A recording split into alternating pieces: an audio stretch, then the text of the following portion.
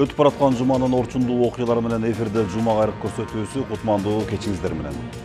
25 марттан тартып 15 апрелге чейин өлкөнүн айрым шаар жана райондорунда киргизилген өзгөчө абал тартиби 30 апрелге чейин узартылды. Демек, бул аймактардын тургундары дагы 15 күн сабырдуулук көрсөтүп, карантиндин талаптарына моюн сунуп, чыдамкайлык менен коменданттык сааттын тартибине макул болуп турушу керек. Өзгөчө абалдын мөөнөтүн узартуу учурдун эң башкы талаптарынын бири экендигин жарандарыбыз туура түшүнүп, кабыл алуусу абзел. Тургундардын басымдуу көпчүлүгү өзгөчө тартиптин зарылчылыгын түшүнүү менен кабыл аларында шек жок. Себеби бул чаралар дүйнө жүзүндө дүрбөлөңгө салган коронавирус илдети менен күрөшүүгө, адамдардын ден соолугун коргоп, аман асырап калууга багытталган чара эмеспи? Эл аралык адистердин пикиринде карантин жана өзүн өзү курчап коргоо ыкмалары коронавирус инфекциясынын жайылышына каршы коюлган эң жемиштүү ыкмалардын бири болуп саналат. Албетте, өзгөчө абал жана карантиндин талаптары элдин турмушунда кайсы бир деңгээлде кыйынчылыктарды жана ыңгайсыздыктарды жаратып келет. Өзгөчө ден соолугуна байланыштуу мүмкүнчүлүктөрү чектелген жарандар, аз камсыз болгон үй бүлөлөр жана коомдун башка ушул сыяктуу катмарларынын өкүлдөрү үчүн мындай тартиптин узартылышы кошумча кыйынчылыктарды алып келери талашсыз.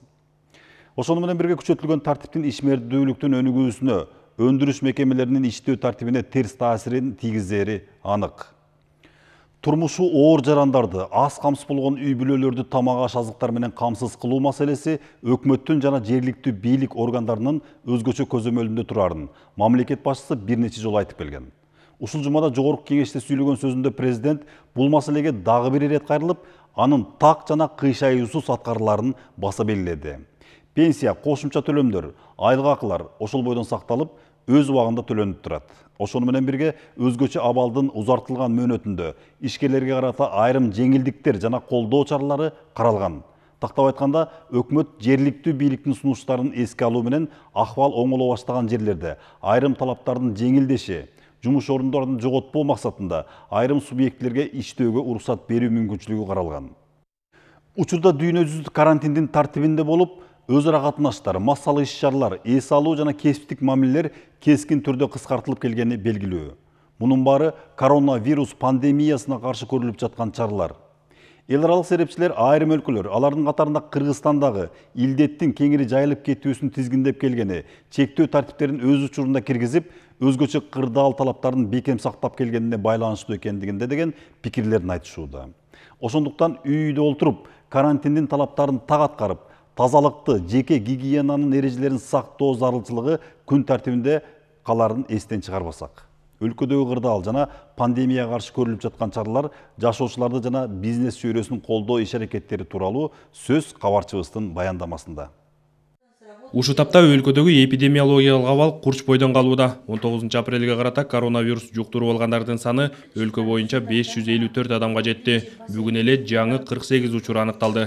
Илдетке кабылгандардын басымдуу бөлүгү Ош, Жалал Абад облустарынан жана Бишкек шаарынан чыгууда. Бул 3 аймакта ооруп жаткандардын саны ар биринде 100дөн ашык. Жалал Абад областы жалпысынан 102, Ош областында 147, Ош шаарында 83, Чүй областында 30, Бишкек шаарында 111, Баткен областында 6, Нарын областында 67 учурга барды, Ыскөл областында 8 учуру катталды. Бир сутка ичинде коронавирус жуктуруп алган медицина мекемелеринде кызматкерлер бар, алардын саны 18 түздү. Өлкө аймагында оору катталган алгачкы күндөн бери бүгүн туура 1 ай өттү. 18 мартта илдетти жугузган биринчи жаран Жалал Абад облусунун Сузак районунан аныкталган. Бул учурда Дүйнөлүк саламаттыкты сактоо уюму илдетти пандемия деп атаган болчу. Оору чыккан аймакка дароо өзгөчө кырдаал тартиби киргизилип, 25 марттан тарта тумоо чыккан айрым райондорго жана 2 шаарга өзгөчө абал киргизилди. Республика боюнча өзгөчө кырдаал тартиби иштей турган болду. Инфекция менен күрөш башынан тарта эле өлкө башчынын жеке көзөмөлүндө турду. Коопсуздук кеңешинин негиздемесине ылайык өзгөчө абалдын кириши эңириде коомдук саламаттыктын коопсуздугу үчүн жасалды. Ошол эле учурда бул аракеттер инфекциянын андан ары жайылышын токтотуу, оору чыккан аймактагы жарандарды мобилизациялоо максатында аткарылууда. Илдетти жуктурган же аны менен байланышта болгон акыркы адам аныкталмайынча вирусту жеңдик деп айтууга болбойт.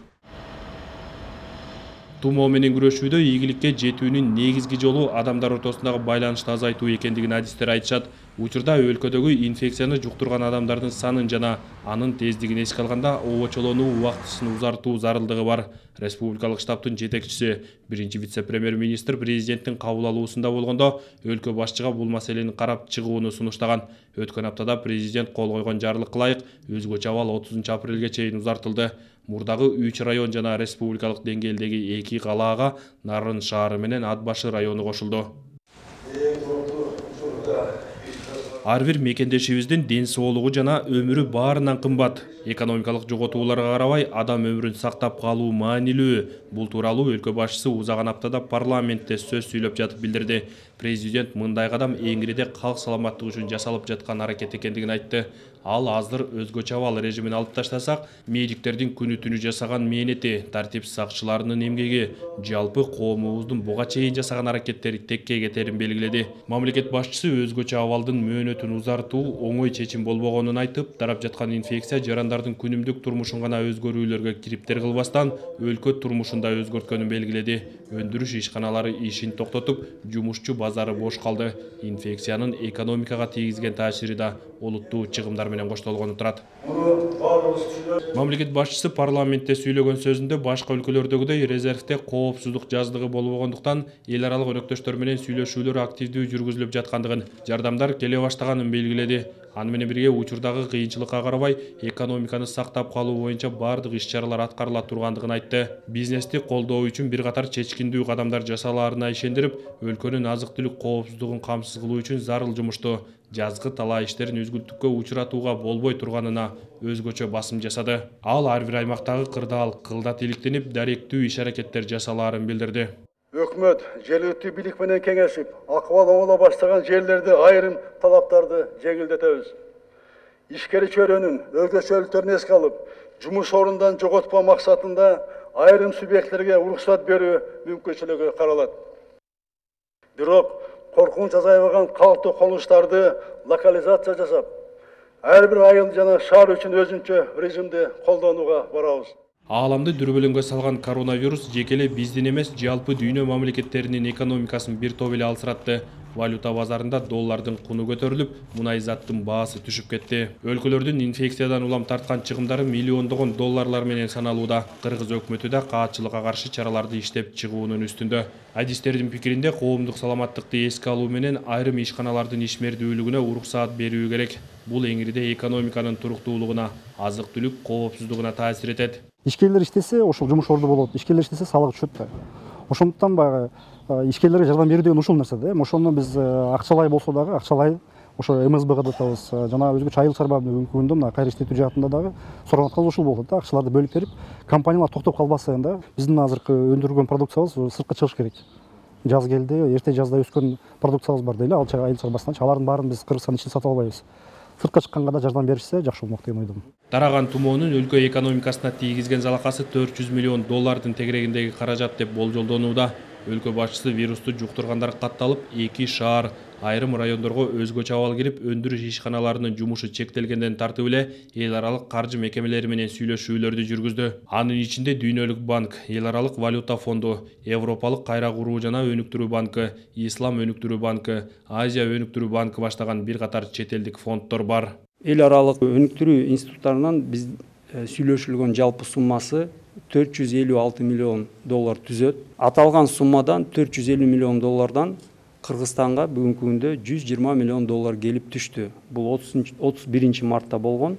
Калган 335,6 миллион доллар бул макулдашылган, бирок келелек каражаттар. Президент бизнеске бюджеттик жана салыктык жактан дем берүүгө багытталган комплекстүү биргелешкен чараларды көрүү зарылдыгын жогорку Евразиялык экономикалык кеңешинин мүчөлөрүнүн видео конференция форматындагы жумушчу жыйынында да көтөрдү. Ал Евразия өнүктүрүү банкы чакан жана орто бизнести колдоонун жаңы механизмдерин иштеп чыгууда маанилүү роль ойной ала тургандыгын эске салган. Кыргызстан азыр чоң улуттук жана эл аралык банктарга кайрылып атат. Ушул кайрылып аткандан кийин балким бизнес чөйрөнүн дагы жана каалоо тилектерин да угуп кетсе кетсе, жалгыз эле бюджетти топтоо эмес, ошо келип аткан каражаттан да узун мөөнөткө бир капитал бере турган бизнеске. Албетте азыр эң биринчиден каражат жактан бизди өкмөт белгилеп кетти, 14 миллиард сом бул жылдын ичинде ошо орто жана чакан компанияларга колдоо катары берилет деп.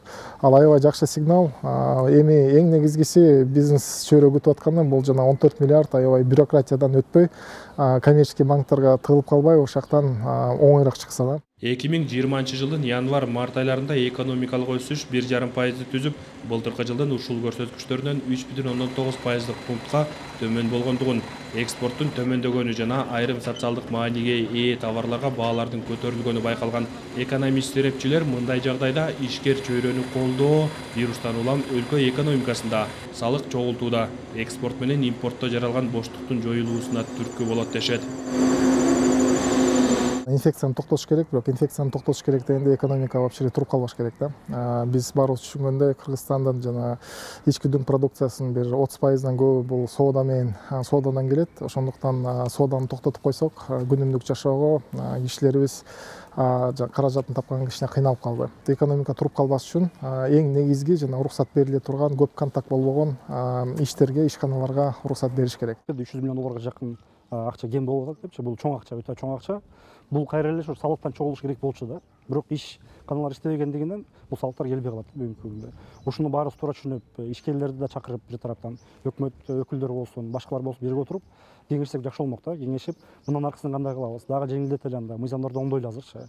Реформа деп коелу, реформаларды мына канча жылдан бери чоюлуп аткан реформаларды бүгүнкү күндө жакшы бир мүмкүнчүлүк барбы дейм да, ошону туура жөнгө салып кетсек, ошондо. Президент узап бара жаткан аптанын аягында вице-премьер-министр Эркин Асырандиевди кабыл алып, орто мөөнөттүү келечекке өлкөнүн стратегиялык өнүктүрүүнүн негизги багыттарын тууралап, кайра карап чыгуунун, түзүлгөн кырдаалды эске алуу менен чечкиндүү реформаларды жүргүзүүнүн зарылдыгын белгиледи. Пост пандемиялык мезгилде ата мекендик экономиканын ыраттуу, туруктуу өсүшүн камсыз кылуу үчүн жакынкы жылдарга стратегиялык максаттар жана багыттар чагылдырылган узак мөөнөттүү экономикалык концепцияны иштеп чыгуу керек экендигин айтты. Аталган концепция жаңы мүмкүнчүлүктөр жана заманбап чакырыктарга таянуу менен дүйнөдөгү жана региондогу кырдаалдын өсүшүн эске алуу менен иштелип чыкмакчы. Европалык биримдиктен биз 28 миллион доллар күтүп атабыз.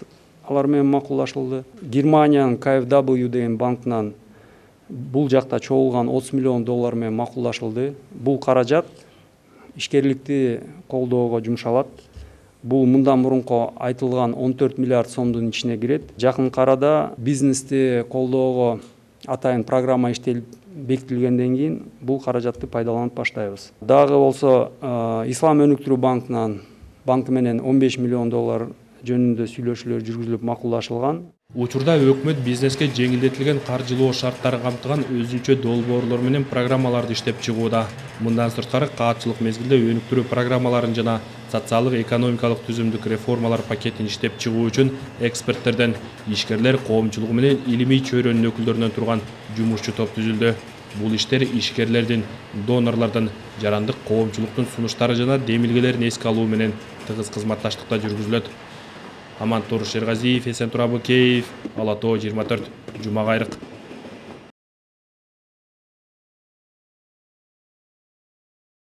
Пандемия күтүлбөгөн жерден өлкөнүн саламаттык сактоо тармагында жылдар бою чечилбей келген маселелерди ачыкка чыгарып, тармактагы буга чейин болуп өткөн реформалардын келечегине чоң суроо белгисин койгондой сезилет. Мындай пикирге учурда тармактын адистери дагы, серепчилер дагы, жарандын коомдун өкүлдөрү да макул. Кыргыз медицинасы буга чейин өзгөчө сайыз учурунда адистер тарабынан жогорку баага татычу. Дарыгерлердин кесиптик деңгээли, алардын практикалык мүмкүнчүлүктөрү өлкөбүздүн медицинасын дайыма жогорку орундарга коюп, сөз тийгизбей келген.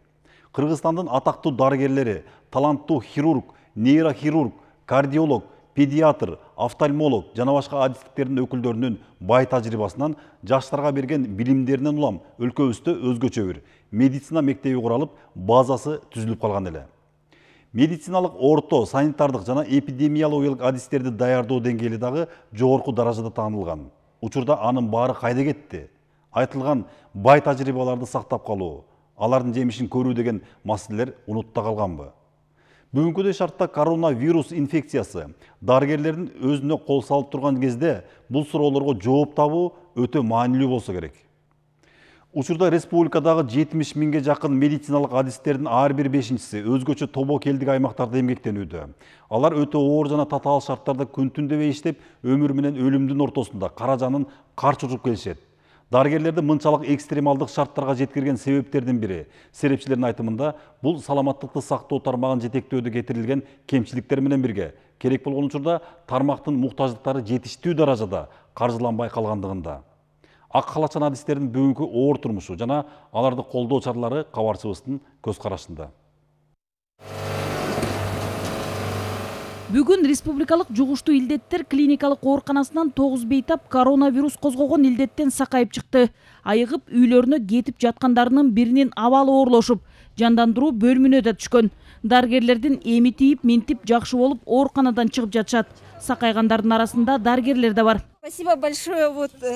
Сүйүнүп жатам, анализдерим таза чыкты. Дарыгерлерге ыраазычылык билдирем. Үйдө жолдошум 4 балам күтүп жатат. 2 врачей было. Сакайып чыгып жаткан 9 бейтаптын абалы канааттандырарлык. Кошумча анализдерди алдык, таза чыкты. Айыгып үйлөрүнө кетип жаткандардын 2 дарыгер. Азыр алардын абалы дурус. Эми үйлөрүнө барганда дагы 14 күн медиктердин кароосунда болушат. Баткен облустук ооруканасынан дагы бир дарыгер сакайып үйүнө чыгарылды. Медицина кызматкери бардык керектүү болгон дары-дармек менен камсыздалган. 2 жолу анализ тапшырып, экөөнүн тең жыйынтыгы жакшы чыккан. Баткен бирлешкен ооруканасында 3 бейтап жатат. Кийин бүгүн болсо бир бейтапты биз дарылап үйүнө чыгарып атабыз. Ага дагы бир бейтапты дарылап чыгарганбыз. Чыгып аткан бейтап бул медициналық қызматкер. Эм чыккандан кийин буякта видеого обсервацияга катылат. Ошо үйүндө өзүнүн немеси бар, алгоритм действиялары бар. Салам алейкум, урматтуу калкым. Кудай кааласа бүгүн жаңы каттагы обсервацияда коронавирусту жеңдик. Ал эми бул дарыгерлердин уралаган кубанычы апта соңунда социалдык тармактарга жарыяланды. Чындыгында сүйүнүчтүү кабар. Ишембиде Ноокат аймактык ооруканасынын обсервациясына дарыгерлердин көзөмөлүндө жаткан 15тен ашык бейтап ооруканадан чыкты. Кошумча алынган анализдердин жыйынтыгында аларда коронавирус аныкталган эмес. Режимди жакшыртаңыздар. Колду жууп, эрежелерин жакшы сактап, самындап жууп, антисептик колдонуп. Bir ay boyu обсервацияда дарыгерлердин көзөмөлүндө жаткандардын колдоруна эскертүү баракчалары тапшырылып, тез жардам унаалары алардын баарын үйлөрүнө жеткирди. Түшүндүрүү иштери жүргүзүлүп, мына чыгарып атабыз.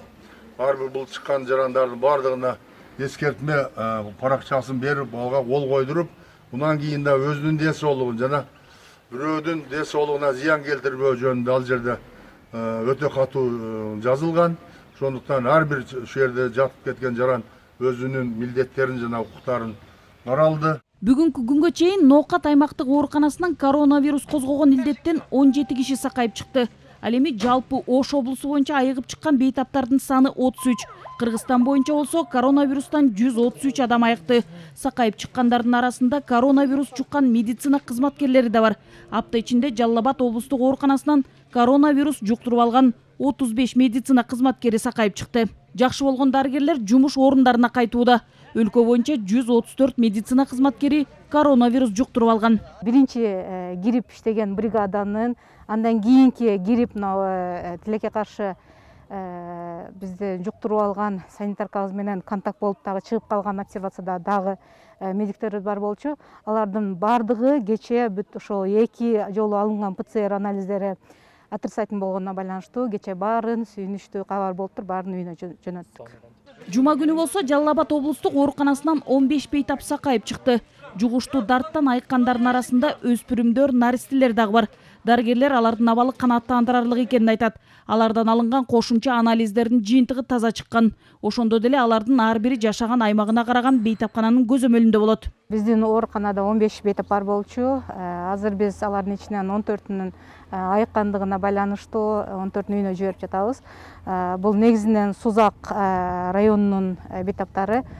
Ошо бир эле бейтабыбыз калат. Анын акыбалы бүгүн орточо оордукта. Ысык Көл облустук бириккен ооруканасынын инфекция бөлүмүндө коронавирус жуккан 4 бейтаптын 2-өө жакшы болуп, үй карантинине чыгарылды. Ал эми Бишкектеги республикалык жугуштуу илдеттер клиникалык ооруканасынан да коронавирус козгогон илдеттен сакайып чыгып жаткандар бар. Сакайып үйүнө чыгып жаткан айымдын айтымында ооруканага түшкөндөгүгө караганда абалы жакшы. Ал ооруга чалдыктым деп чүнчүүнүн кажети жок дейт. Больницага экисинде келип түштүк. Аябай жаман акыбалда болдум, негизи өзүмчү. Паникага алдырбаганга элдерден суранат элем. Мындай буюрса баары жакшы болот. Сабырдуулук менен. Негизи ушу психиканы оңдоп, өзүңдү настроить этип, жакшыга ошонсоң эле жакшы болуп кетет экенсиң. Жума күнү республикалык жугуштуу илдеттер клиникалык ооруканасынан сакайып чыккандардын арасында жандандыруу бөлүмүнө түшүп жакшы болуп кеткендери да бар. Дарылоонун натыйжасында алар кооптуу оорудан толук айыкканы аныкталды. Ар бир ооруну көрүп, рентген тартып, анализдерин алып, консилиум аркылуу дарыларды назначать этебиз. Противирустуу да бар дарылар бар, антибиотиктер да дарылар бар. Бүгүнкү чыккан бейтаптардын бирөөсү өтө оор акыбал болуп, реанимацияга жатып, аяктан кайра чыгып, бүгүн аман-эсен үйүнө кетип баратат. Дүйнө жүзү коркунучтуу илдет менен күрөшүп жаткан кезде Кыргызстанда өнүккөн өлкөлөрдөн калышпай бар аракетин көрүүдө. Вируска каршы калориялуу тамактануу сунушталып, тиешелүү дарыларды дайындоо менен бейтаптардын коронавирустан сакайып жатканы кубандырат. Өпкө оорусун козгогон илдеттен сакаюуга бир чети тоолуу аймактын климаты да таасирин берип жатат дейт адистер. Профессор Талант Сооронбаев көп жылдан бери тоолуу шартта жашагандардын ден соолугуна изилдөө жүргүзүп келет. Айтымында тоолуу өлкөдө жашагандардын тамак ашы да күчтүү келип, организм инфекцияга туруштук бере алат. Биздин элдин ооруларга туруштугу, ошол жанагындай инфекциялык оорулар, мисалы ошол эле коронавирус инфекциясына мындай организмдин туруштук күчтөрү мындай жакшы деңгээлде деп айтсак болот да. Анткени ошо жаратылыштын өзүнүн ушундай биздин, мен ойлойм, Кыргызстан ушунчалык дүйнө жүзүндөгү эң мындай жакшы жерде жайгашкан мамлекет да. Ошонткени менен ден соолукка кайдыгер болуу туура эмес дейт профессор. Дарыгерлердин сунушун жана өздүк гигиенаны бекем сактоо зарыл. Себеби дүйнөдө коронавирус инфекциясын жуктурган адамдардын саны 2.329.539 адамды түзүп, вирустан 160.717 адам каза болду. Албетте, буга чейин коронавируска окшош адамдан адамга ылдам жуга турган куш тумоосу сыяктуу оорулар чыкты. Бул жугуштуу илдеттер ден соолукка кооптуу болгону менен Кыргызстанга коронавирустай коркунуч туудурган эмес. Ошондуктан коронавирус өлкөдө катталганда улуттук саламаттык сактоо тармагынын оң терс жактары айкындалды. Көз карансыздыкка ээ болгондон кийин саламаттык сактоо тармагында бир канча рет реформалар жүргүзүлгөнү менен тармакта дагы көп иштер жасалышы керек экени билинди. Адегенде коргоочу кийимдер, бет кап, медициналык колгаптар тартыштык болду. Мүчүлүштөр болгон, кene жаңы ачылган пункттар болду. Алардын баарын жанакындай керектүү, тийиштүү шаймандар менен камсыз кылыш керек болчу. Мына ошол маселелер дагы куруштурду. Мындан тышкары жанакындай ошо келгендердин баарын лабораториялык жол менен текшериш керек. Мына ошо лабораториялар маселеси болду. Бирок абал ылдам жолго салынды. Саламаттык сактоо министрлиги да ыкчам аракетте болду. Дароо тиешелүү министрлик менен мекемелер биргелешкен аракеттерди көрүп, жугуштуу илдеттин жайылып кетишине каршы чек араларда санитардык карантиндик посттор уюштурулуп, обсервациялар ачылып, карантиндик көзөмөл күчөтүлдү. Бул иш аракеттердин натыйжасында оору жайылбай басылды дейт адистер. Коштолор менен салыштырмалуу кээ бир Европа мамлекеттери, Италия, Испания мисалы, ошол эле Турция, ошол эле Россия, Америка Кошмо Штаты, Англия ушу сыяктуу мамлекеттер менен даже бизден бюджети 100 эсе, 1000 эсе күчтүү мамлекеттер менен салыштырсак деле, менин оюмча өкмөт кабыл алган чаралар, алардын мындай алгоритми, биринчи мындай өзгөчө кырдаал, анан өзгөчө абал, ошонун баарына кандай чектөөлөр киргизилди, ушул сыяктуу нерселер менин оюмча абдан туура. Үй карантинине алынгандардын ден соолугун көзөмөлдөө максатында мобилдүү топтор түзүлдү. Ыкчам топтун дарыгерлери бир күндө 1000ге жакын чакырууларга үлгүрүп, эл саламаттыгынын сакчылыгында. Бишкек боюнча эле дарыгерлерден турган 50 мобилдүү топ иштеп жатат. Биринчи жолу чыкканда положительный биз, конечно, бизге страшно болгон, эми азыр биз көнүп калдык. Азыр чыкса биз мындай эбе деле кылбайбыз. Как обычно биз аларды да айыгып кетсин, алар эме болбосун деп эле биз спокойно алабыз, эметип эле бесип кетебиз, после элин алып унчукпайбыз да, мындай эме кылбайбыз, паника кылбайбыз да. Ну, биз азыр коркпойбуз действительно. Бизде защитный костюмубуз бар, бизде вот биздин поликлиника полностью бизди обеспечивает. Дары-дармектер, коргоочу кийимдер, медициналык коргоочу каражаттар жетиштүү көлөмдө келип жатат. Өнөктөш өлкөлөрдөн келген коронавирусту аныктай турган ПЦР тест системалар аркылуу бир күндө эле 1000ден ашык жарандан анализ алынып, ыкчам түрдө чыгарылууда. Азыркы күндө бул вирус жалгыз эле Кыргызстанда эмес, бүт дүйнө жүзүнөн эмеге салып атат, түшүккө салып атат. Мен ишенем, медиктер бардыгыңыздарга жардам берип, ошо оорудан айыгабыз деп. Биз Гиппократтын антын бергенбиз. Аягына чейин турганга күчүбүз жетет деп ишенем. Дарыгерлер коронавируска каршы күрөшүүдө болгон күч аракетин көрүп жатат. Ал үчүн Бишкекте жана аймактарда доктурлардан турган биргелешкен топ иштеп жатат. Талант Соронбаевдин айтымында адистер Борбор Азия мамлекеттеринин ичинен Кыргызстандын таажи вирусуна каршы дарылоо ыкмалары натыйжалуу экенин билдирген. Буга илдеттен сакайып жаткан бейтаптардын саны далил боло алат. Жакшы мындай бир система түзүлдү да.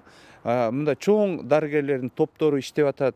Улуттук деңгээлдеги биздин баягы дарыгерлердин консилиуму, региондордо консилиумдар түзүлдү. Региондорго Бишкектен баягы жакшы даярдалган адистер барып атышат. Анан ошол жерлерде дагы дарылоо баягы ишке аралашкан дарыгерлер түзүлүп, азыр мына бүгүнкү күндө бардыгы мындай өз мындай ордунда деп айтсам болот да, мындай жакшы деңгээлде депчи. Бул маселелер апта ичинде президент Сооронбай Жээнбеков, вице-премьер-министр Аида Исмаилованы кабыл алганда көтөрүлдү. Анда коронавирус инфекциясынын мындан ары жайылуусуна жол бербөө, өлкөдөгү эпидемиологиялык кырдаалды турукташтыруу жана медицина кызматкерлери менен калктын социалдык аярлуу катмарына колдоо боюнча чаралар талкууланды. Мамлекет башчы адистердин анализине ылайык өлкө инфекцияга чалдыгуунун эң жогорку чегине жакын арада жетерин айтты.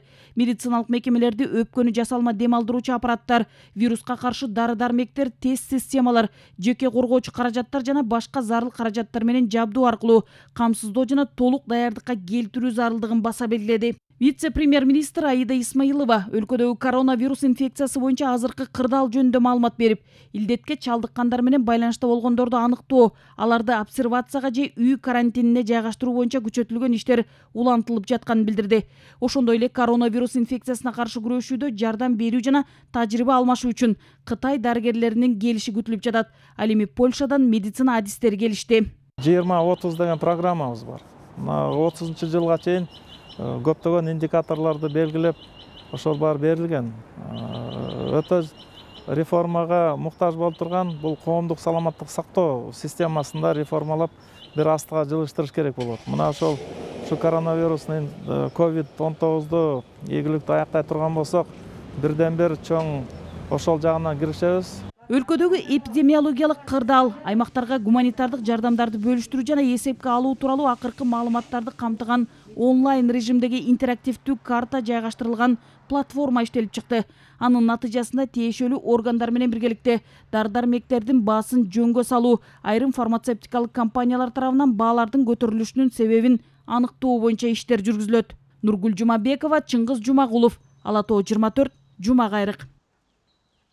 Адам баласы коомдон сырткары жалгыз күн кечире албайт эмеспи? Анткени көпчүлүктүн арасында өсүп, окуп, иштеп көнгөн жана коомчулукка акыл салып, көпчүлүктүн пикири менен иш тутуп келген учурлар көп болот.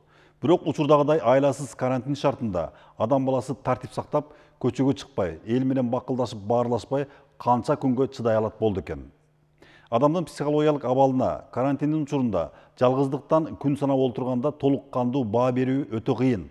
Ошондуктан мындай кырдаалдарда адам баласы өзүнө ылайык жана үй бүлөсүнө пайдалуу иш таап, аны менен алек болуусу зарыл деген ойду психологдор айтышат. Учурда дүйнө жүзүндө 2 миллиардка чейин адам айласыз карантин тартибин сактап, жеке изоляцияда күн кечиришүүдө. Алардын көпчүлүгү мыйзам чегинен чыкпаган, коюлган талаптарга баш ийген инсандар. Жаздын күнү узарып, жалгыздыкта убакыт дагы чубалжып созулуп калган мезгилде карантинде олтурган күндөрдү кантип өткөрүү керек? Кесипкөй психологдордун мындай кырдаалда берген сунуштарын кабарчыбыз изилдеп келген.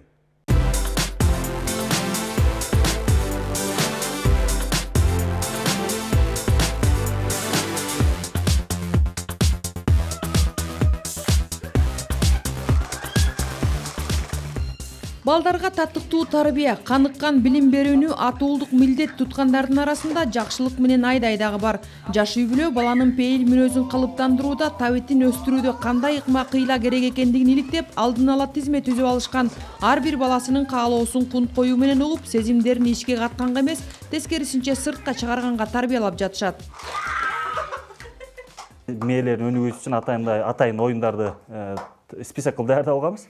Күндө ошолор менен машыгабыз, ойнойбуз. Анан кийин кичинекей балам бар, ал менен бир аз ойноп убакыт өткөзөбүз. Ошол негизгиси бул жерде жөн эле убакыт өткөзүү эмес, балдар менен саморазвитие, өзүн өнүктүрүү үчүн эме колдон келген аракеттерди кылып атабыз. Буюрса, себеби дегенде бул мындай да. Азыр биз буга чейин жумуш убактысында балдарга көп көңүл бурулбай калчу. Азыр ушу карантин учурунда аябай чоң мүмкүнчүлүк болду бул нерсе. Бүгүнкү күндү кантип өткөрүү керек? Бардык үй-бүлө мүчөлөрү үчүн жагымдуу боло турган планды алдын ала түзүп алууну Тилтаевдардын үй-бүлөсү салтка айлантып алган. Кечке илдет тууралуу эле сүйлөшүп отура бербей, позитив жагына көңүл буруп, эмоционалдык абалды жакшыртуу үчүн бир маал топ ойношот. Эрте туруп сигарет казамай, жуунгандан кийин тамак ичип, анан телевизор көрүп, дүйнөлүк жаңылыктар, Кыргызстандагы жаңылыктарды укмай, андан бир сааттай интернетте отурмай, башка информацияларды билиш үчүн. Ошентип кайра китеп окумай, бир 2 саат китеп окуйбуз.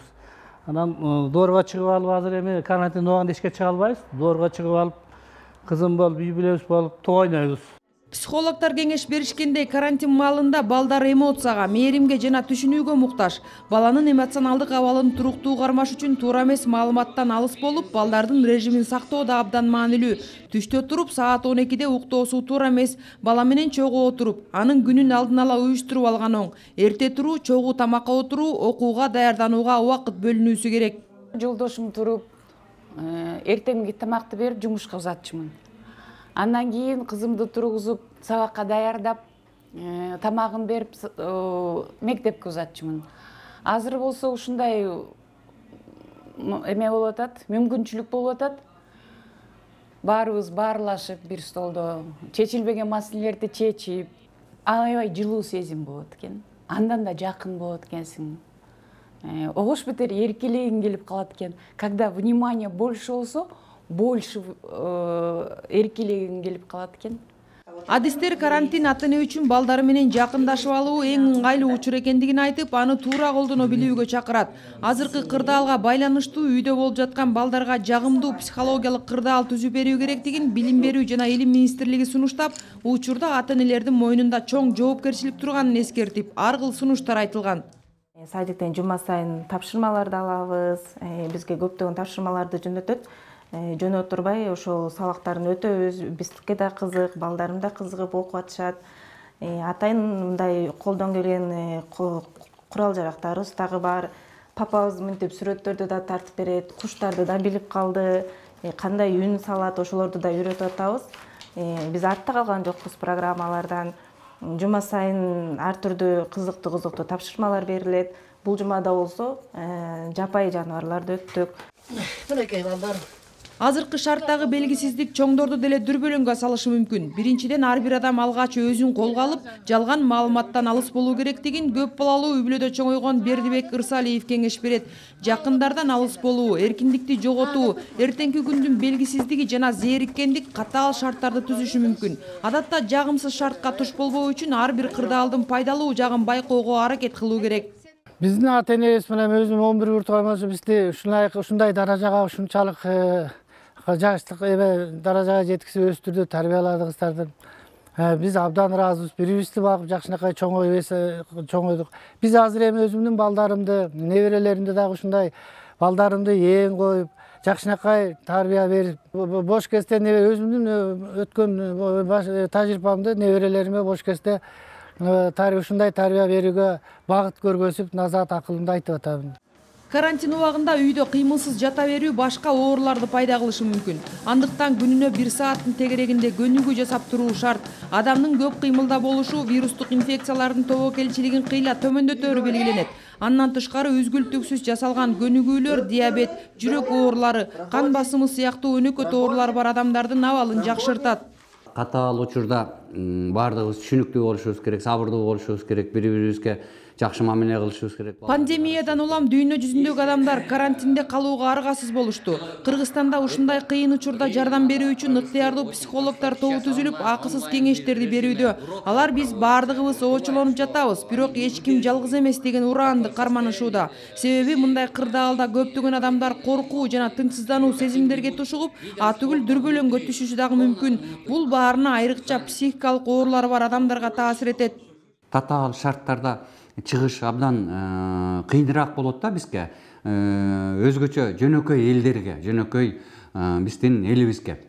Ошол маалда мындай 4 стенанын ичинде эле камалып калса, көпкө чейин чыкпаса, булардын чынында бара-бара нерв системасы, психикасы кичине өзгөрүшү мүмкүн.